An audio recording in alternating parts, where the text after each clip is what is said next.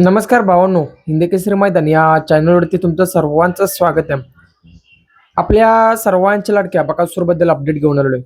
येणारं सर्वात मोठं मैदान ते म्हणजे माळशिरस हिंदी केसरी मैदान आणि या मैदानामध्ये आपला बकासूरचा पहिऱ्याबद्दल थोडक्यात इंट घेऊन आलेलो आहे.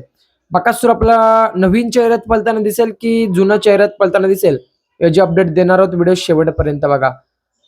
सध्या तरी आता बकासूरला चांगलं स्पीड लागत आहे. बकासूर आता पहिल्याच्या फॉर्ममध्ये आता आलेला आहे. चांगला पळतोय आता बकासूर कडेने देखील चांगला स्पीड लावतोय. ज्याला ज्याला असा म्हणजे बकासूरच्या तोडीसतोड पळणारा नंदी भेटला तर बकासूर 100% एक नंबरमध्येच पळताना दिसेल.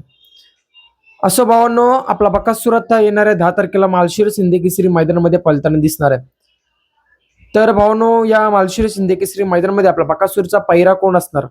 नवीन चेहरा की जुना चेहरा?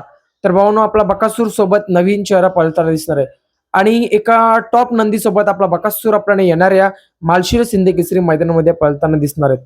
तर येणाऱ्या माळशिरस हिंदी केसरी मैदानासाठी आपल्या बकासूरला शुभेच्छा असतील. एक नंबरची अपेक्षा नाही, फक्त गुलालात राहावा हीच आपली इच्छा आहे. तर नक्कीच बकासूर ती इच्छा आपली पूर्ण करेल आणि नक्कीच जो बकासूरचा पहिरा आहे तो एकदम टॉपचाच आहे. नवीन चेहरा असणार आहे. 100% फिक्स मी अपडेट देतो की नवीनच चेहरा असणार आहे. तो पायरा देखील समजलेला आहे आपल्याला, परंतु आपण तो पायरा 8 किंवा 9 तारखेला सांगूया. परंतु आता इतक्या लवकर नाही सांगणार. आपण 8 किंवा 9 तारखेला ते पायरा सांगूया बकासूरचा. बकासूर हे आता माळशिरस हिंदी केसरी मैदानामध्ये नवीन चेहऱ्यासोबत पळताना दिसेल. नवीन चेहरा देखील टॉपचाच आहे. नक्कीच त्याची व्हिडिओ लवकरच आपल्या चॅनलवरती येईल. धन्यवाद भावांनो.